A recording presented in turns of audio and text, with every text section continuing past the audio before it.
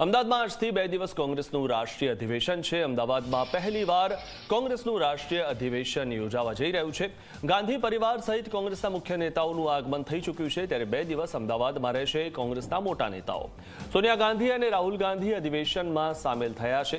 સીડબ્લ્યુસીની બેઠક અને અધિવેશનનું આયોજન કરવામાં આવ્યું છે, ત્યારે આજે સરદાર સ્મારક ખાતે સીડબ્લ્યુસીની બેઠકનું આયોજન થયું છે। રાજ્યોના પ્રદેશ કોંગ્રેસ પ્રમુખ, સીડબ્લ્યુસીના સભ્યો, વિધાયક દળના નેતા, સીએલપી નેતા જોડાશે સીડબ્લ્યુસી બેઠકમાં। કોંગ્રેસના નેતાઓના આગમન પહેલા એરપોર્ટ પર ચુસ્ત પોલીસ બંદોબસ્ત ગોઠવી દેવામાં આવ્યો, ત્યારે 1500 પોલીસ કર્મચારીઓ અને અધિકારીઓ ખડે પગે છે। અમદાવાદ એરપોર્ટથી હોટેલ સુધી સાંસ્કૃતિક નૃત્યોની ઝાંખી પણ જોવા મળી હતી। તો 2 દિવસ અમદાવાદમાં કોંગ્રેસના મોટા નેતાઓ ના ધામા રહેશે અને આજે સીધા દ્રશ્યો આપ જોઈ રહ્યા છો। સીડબ્લ્યુસીની જે આજે બેઠક છે જે અમદાવાદમાં યોજાઈ રહી છે તેના આ દ્રશ્યો છે અને આખા ભારતભરમાંથી કોંગ્રેસના જે નેતાઓ છે અલગ અલગ રાજ્યોમાંથી તેઓ આવ્યા છે અને આજે તેઓ મંથન કરશે અને દર 2 વર્ષે સીડબ્લ્યુસીની બેઠક યોજાતી હોય છે, ત્યારે આ વખતે અમદાવાદમાં આ બેઠક યોજાઈ છે અને ખાસ કરીને અમદાવાદમાં એટલે કે ગુજરાતમાં બેઠક યોજાઈ છે તે ગુજરાત કોંગ્રેસને લઈને ખૂબ મહત્વની છે, કારણ કે ગુજરાતમાં જે રીતે કોંગ્રેસની ઘણા વર્ષોથી જે સ્થિતિ રહી છે, કોંગ્રેસ ઊભી થઈ શકતી નથી, તેની પણ ચર્ચા કરવામાં આવશે। સાથે સાથે બીજા રાજ્યોમાં આવનારી જે ચૂંટણી છે તેને લઈને પણ મંથન કરવામાં આવશે। તો આગામી 2 વર્ષમાં કોંગ્રેસ કેવી રીતે આગળ કામ કરશે, કેવી રીતે જે પણ રાજ્યોમાં કોંગ્રેસને મુશ્કેલી પડી રહી છે અથવા તો કોંગ્રેસની હાર થઈ છે ત્યાં ફરીથી કોંગ્રેસ કેવી રીતે જીતી શકે અથવા તો કયા કયા એ રાજ્યોના મુદ્દાઓ છે તે મુદ્દાઓને ધ્યાને રાખીને ચર્ચા કરવામાં આવશે અને કયા કયા નેતાઓને કયું સ્થાન સોંપવું, કયું પદ સોંપવું, જેના કારણે જે કોંગ્રેસના કાર્યકરો છે તેમનામાં ફરીથી જોમજુસ્સો આવે। અને સૌથી મહત્વની વાત એ છે કે ગુજરાતમાં કાર્યકરોમાં જોમજુસ્સો આવે તે પ્રકારે કયા નેતાઓને પદભાર સોંપવો તે પણ આ સીડબ્લ્યુસીની બેઠકમાં નિર્ણય કરવામાં આવશે। ત્યારે તમામ જે આ નેતાઓ છે, જે કોંગ્રેસના નેતાઓ છે, તેઓ મળીને આજે આખા દિવસ દરમિયાન ચર્ચા કરશે અને આવતીકાલે કોંગ્રેસનું અધિવેશન છે ત્યારે સીડબ્લ્યુસીની આજે બેઠક યોજાશે અને તેમાં જે મુદ્દાઓ પર ચર્ચા થશે તે આવતીકાલે અધિવેશનમાં પણ ચર્ચાશે। રાહુલ ગાંધી અને સોનિયા ગાંધી આજે આવ્યા છે। પ્રિયંકા ગાંધી આજે આવવાના હતા પરંતુ તેઓ નથી આવ્યા, તો ખડગે, રાહુલ ગાંધી, સોનિયા ગાંધી આજે હાજર રહ્યા છે સીડબ્લ્યુસીની બેઠકમાં। અને સૌથી મહત્વની વાત એ પણ છે કે આ વર્ષે ગાંધીજી જે સીડબ્લ્યુસીમાં અધ્યક્ષ હતા તેને 100 વર્ષ પૂર્ણ થવા જઈ રહ્યા છે, ત્યારે એટલા માટે પણ ખૂબ મહત્વની છે સીડબ્લ્યુસીની ગુજરાતમાં બેઠક। ત્યારે ગુજરાતમાં જે આ બેઠક છે કોંગ્રેસની તેનું આ વિશેષ મહત્વ રહેલું છે, કારણ કે 100 વર્ષ ગાંધીજી જ્યારે અધ્યક્ષ હતા તેને થઈ રહ્યા છે, એટલા માટે ગુજરાતમાં આ બેઠક યોજવામાં આવી છે।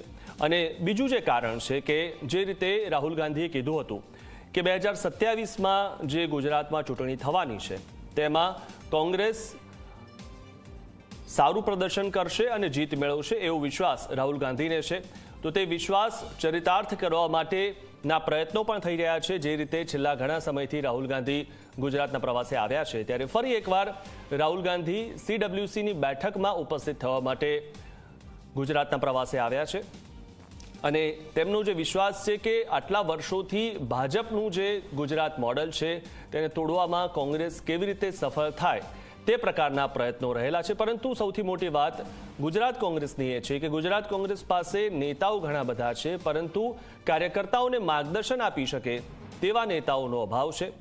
તો જે પદ પર જે નેતાઓ છે તો તેમને બદલવામાં આવે અથવા તો નવા ચહેરાઓને સ્થાન આપવામાં આવે તો ગુજરાત કોંગ્રેસમાં બદલાવ આવી શકે છે અને તેવી જ બધી ચર્ચાઓ આ સીડબ્લ્યુસીની બેઠકમાં થશે। ત્યારે ફરીથી કોંગ્રેસના જે કાર્યકરો છે તેમના પ્રાણ ફૂંકાવવાનો પણ પ્રયત્ન થશે, કારણ કે કોંગ્રેસના કાર્યકર્તાઓ જે છે તે ઘણા બધા જગ્યાએ, ઘણા બધા રાજ્યોમાં જ્યાં પણ કોંગ્રેસની હાર થઈ છે તેના કારણે કોંગ્રેસના કાર્યકર્તાઓમાં જે જોમજુસ્સો હતો તેમાં ક્યાંક નિરાશા જોવા મળી રહી છે, પરંતુ એ નિરાશા દૂર કરીને ફરીથી તેમનામાં જોમજુસ્સો લાવવાનું કામ રાહુલ ગાંધી કરી રહ્યા છે। અને જે રીતે થોડાક સમય પહેલા તેઓ બિહાર પણ ગયા હતા અને હવે જ્યારે ગુજરાત આવી રહ્યા છે ત્યારે ગુજરાત હોય, બિહાર હોય કે અન્ય જે પણ રાજ્યો કે જેમાં કોંગ્રેસ નબળી પડતી દેખાઈ રહી છે ત્યાં ફરીથી કોંગ્રેસને સબળી બનાવવા માટે અને મજબૂત બનાવવા માટેના આ પ્રયત્નો થઈ રહ્યા છે. દર 2 વર્ષનું CWCની બેઠક હોતી હોય છે. અમારી સાથે મારા સંવાદદાતા ગૌરવ જોડાઈ ચૂક્યા છે. ગૌરવ, દર 2 વર્ષે બેઠક થતી હોય છે ત્યારે 2025ની જે આ બેઠક છે તે 27ની ચૂંટણીને લઈને કેટલી મહત્વની માનવામાં આવે છે? મિથુન, વાત કરીએ તો કોંગ્રેસનું પૂર્ણકાલીન અધિવેશન છે જે દર વર્ષે મળતું હોય છે અને વર્કિંગ સમિતિની બેઠક એ નિર્ધારિત સમયે દેશના અલગ અલગ રાજ્યોમાં અલગ અલગ જગ્યાએ મળતી હોય છે. એટલે ગુજરાતમાં આ વખતે એ સંયોગ સાથે થયેલો છે કે કોંગ્રેસની વર્કિંગ કમિટીની બેઠક મળે છે અને આ બીજા દિવસનું અધિવેશન મળશે. જ્યારે પણ કોંગ્રેસનું અધિવેશન મળતું હોય છે એના આગલા દિવસે કોંગ્રેસની વર્કિંગ સમિતિની બેઠક મળતી હોય છે અને દ્રશ્યો તમે આ ટીવી પર જોઈ રહ્યા છો કે કોંગ્રેસ વર્કિંગ કમિટીની બેઠક મળી છે. આ વર્કિંગ કમિટીની બેઠકમાં જે મુસદ્દો આજે તૈયાર કરવામાં આવશે, જે એજન્ડા આજે રાખવામાં આવશે, જેના ઉપર વર્કિંગ કમિટીની મહોર લાગશે, એ એજન્ડાના આધારે આવતીકાલે જે રાષ્ટ્રીય અધિવેશન છે એમાં ચર્ચા થશે. સામાન્ય રીતે કોંગ્રેસના રાષ્ટ્રીય અધિવેશનમાં દેશની પ્રવર્તમાન રાજકીય સ્થિતિ, આર્થિક સ્થિતિ, સામાજિક સ્થિતિ અને કોંગ્રેસના સંગઠનની વાત હોય તેને ધ્યાને લેવામાં આવતી હોય છે અને જે મંતવ્યો નેતાઓના જે મંતવ્યો અલગ અલગ રાજ્યના ખૂણેથી લોકોના કાર્યકરોના આવ્યા હોય તેને આધારે તેના ઉપર ચર્ચા વિચારણા થતી હોય છે અને ચર્ચા વિચારણા અંતે જે ફરસૂચી આવે તેનું આગામી સમયમાં કઈ રીતે અમલીકરણ કરવું તે નક્કી કરવામાં આવતું હોય છે. એટલે આજે CWCની બેઠકમાં જે મુસદ્દો તૈયાર થયેલો છે, જે પ્રસ્તાવ તૈયાર થયેલો છે, જેના ઉપર CWCના સભ્યો ન માત્ર CWC પરંતુ એક્સટેન્ડેડ CWC એટલે જે 170 CWCના એક્સટેન્ડેડ CWCના સભ્યો છે તે ચર્ચા કરશે, તેના ઉપર મહોર મારશે અને ત્યારબાદ તેના ઉપર આવતીકાલે ચર્ચા થશે. મહત્વનું છે કે કોંગ્રેસે સમગ્ર દેશમાં તાલુકા સ્તરેથી અથવા તો તેનાથી પણ નીચે એટલે કે તાલુકા પંચાયતની બેઠકથી પણ નીચેના સ્તર સુધી કોંગ્રેસના સંગઠનને મજબૂત કરવાનો નિર્ણય કર્યો હતો. બેલગાંવ ખાતે જે બેઠક મળી હતી તેમાં આ પ્રકારની રણનીતિ નક્કી કરવામાં આવી હતી, જેના ભાગરૂપે આ સુધારા વધારા અને સાથેની જે આ પ્રથમ બેઠક મળી છે તેમાં જે ચર્ચા થશે તેનું આગામી દિવસોમાં અમલીકરણ કરવામાં આવશે. મિથુન. જી. ગૌરવ, જે રીતે CWCની બેઠકમાં ઘણા બધા મુદ્દાઓ ચર્ચાતા હોય છે ત્યારે આ વખતની જે બેઠક છે તેમાં ખાસ કરીને કયા મુદ્દાઓ જે છે તે મહત્વના છે, કારણ કે આગામી જે ચૂંટણીઓ છે તેને લઈને કયા મુદ્દાઓ મહત્વના રહેશે? મિથુન, વાત કરીએ તો CWCનો એજન્ડા હજુ સુધી જાહેર થયો નથી, પરંતુ એક વાત એટલી સ્પષ્ટ છે કે છેલ્લા 3 લોકસભાના ઇલેક્શનથી કોંગ્રેસનો સીધી રીતે વિજય થયો નથી. આ વર્ષે લોકસભાની ચૂંટણી થઈ તેમાં ચોક્કસ કોંગ્રેસને પ્રમાણમાં સારી સીટો મળી હતી, પરંતુ સત્તાથી દૂર રહી હતી. ઉપરાંત અલગ અલગ રાજ્યોમાં જે વિધાનસભાની ચૂંટણીઓ થાય છે તેમાં કોંગ્રેસની હાર મોટાભાગે જોવા મળે છે. કોંગ્રેસ વિપક્ષના પદ સુધી પણ ઘણી વખતે પહોંચી શકતું નથી. આવા સંજોગોમાં કયા એવી રણનીતિ અપનાવવામાં આવે, કયું એવું પરિબળ છે કે જે કોંગ્રેસને લોકો સુધી પહોંચી શકાય, લોકો કોંગ્રેસ સુધી પહોંચી શકે, કોંગ્રેસ વિશ્વાસ સંપાદિત કરી શકે, એના માટે શું કરવું જેનાથી લોકો કોંગ્રેસ સાથે જોડાય અને ચૂંટણીઓમાં તેનો ફાયદો મળે, સંગઠન મજબૂત બને. આ જે મુદ્દાઓ છે તેના પરિપ્રેક્ષમાં તેની આસપાસ આખી ચર્ચા રહે છે અને એના આધારે જ આવતીકાલે ડિસિઝન મળે તેવું લાગી રહ્યું છે. જી. ગૌરવ, ખાસ કરીને વાત કરીએ તો કોંગ્રેસમાં નેતાઓ ઘણા બધા છે પરંતુ કાર્યકર્તાઓનો ક્યાંક અભાવ જોતા મળતો હોય છે અને કાર્યકર્તાઓમાં એક નિરાશા પણ જોવા મળતી હોય છે. ત્યારે કાર્યકર્તાઓ કેવી રીતે કોંગ્રેસમાં આવે, કેવી રીતે વધે, કેવી રીતે વધારેમાં વધારે લોકો જોડાય, શું એ બાબતની પણ ખાસ ચર્ચા થશે?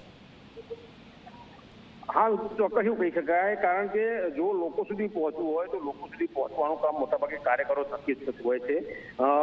નેતાઓ માર્ગદર્શન આપવાનું કામ કરતા હોય છે અને કાર્યકરો નીચે સુધી લોકો સુધી પહોંચવાનું કામ કરતા હોય છે. એટલે જ્યાં સુધી કાર્યકર નહીં હોય ત્યાં સુધી પાર્ટી મજબૂત રહેશે નહીં. એટલે કાર્યકરો કઈ રીતે કોંગ્રેસ સાથે જોડવા અને કઈ રીતે પાર્ટીને નીચે સુધી લઈ જવી એક સૌથી મોટું જેને ધ્યાને રાખીને ચિંતા થશે. કારણ કે અલગ અલગ રાજ્યો, ખાસ કરીને બિહાર વિધાનસભાની ચૂંટણી આ વર્ષે યોજાવાની છે, જેમાં કઈ રીતે કોંગ્રેસ આગળ વધે